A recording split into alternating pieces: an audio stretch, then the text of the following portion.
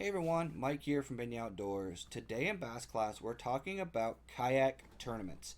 We're talking about how you submit fish, how the scoring works, and just giving you some information in case you're getting interested in getting into the kayak tournament world so that you know what you're getting yourself into. Now, I do want to clarify this is a baseline. This is not all of the rules. You do need to read the specific rules for your trail. There is very detailed rules that are provided to each trail member as they enter into a kayak tournament series. So this is the generic rule set that almost all kayak tournaments use, but it's not all the rules. So make sure to check with your director to find out all the nuanced rules that you might have with your trail.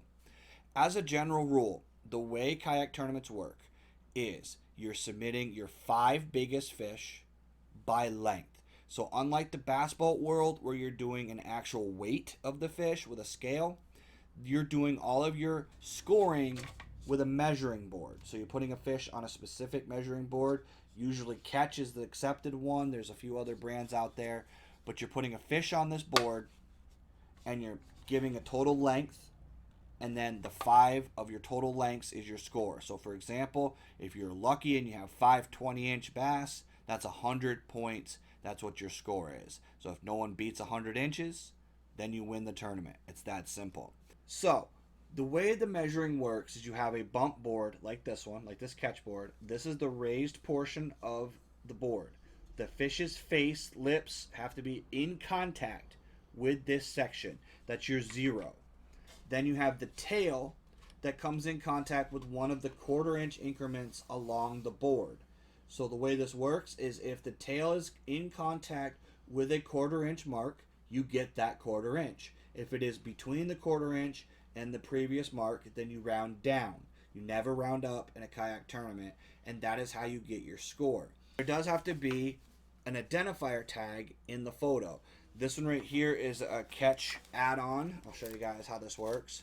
Is it sits right here so that I can hold my hand on the fish. The photo is there, and that is how they know that the fish was submitted during that tournament and caught during that tournament, because the identifier is only given to you usually hours before the beginning of the tournament, so it's unique to that tournament.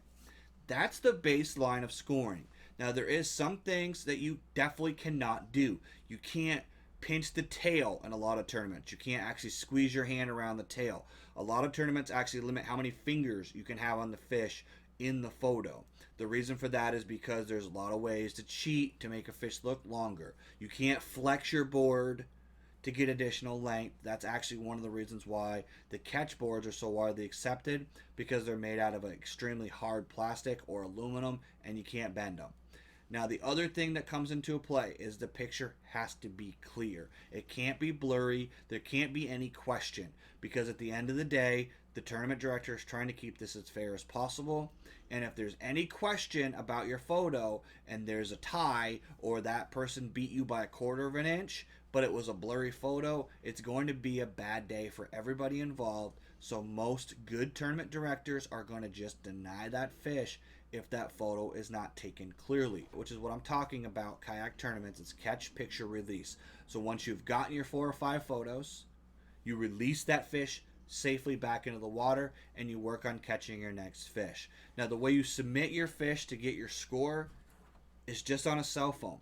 So what I recommend is, again, taking pictures with your camera on your phone in case you don't have service or you have any issues, and then upload those photos as soon as you can when you have service, and that's how it's done. Now you use an app like TourneyX, Fishing Chaos, those are the 2 most common ones, and you actually go into the app, and that's usually how you signed up for the tournament in the first place.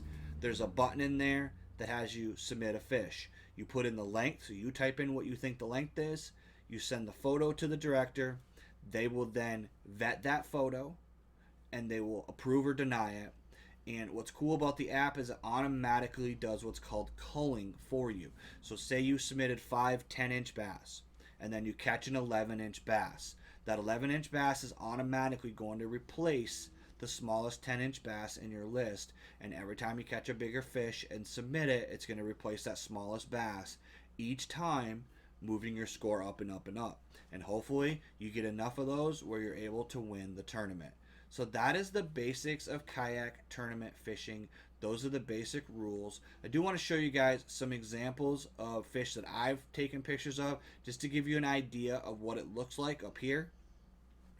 And I also want to be very clear, this is not all the rules, guys. This is something that is a basic introduction into kayak fishing in case you're interested in getting involved in it so that you understand how the scoring works. You will have to invest in a catch board or an accepted measuring board. You will have to make sure you have something that can display that tag. You have to use the app on your cell phone, so you'll need a smartphone to be able to enter into the tournament. But honestly, it's an inexpensive way to get out there, compete, and just show where you stand against other anglers. I hope you guys liked this video. If you did, please give me a like, give me a subscribe, and as always, let's get out there, catch more fish.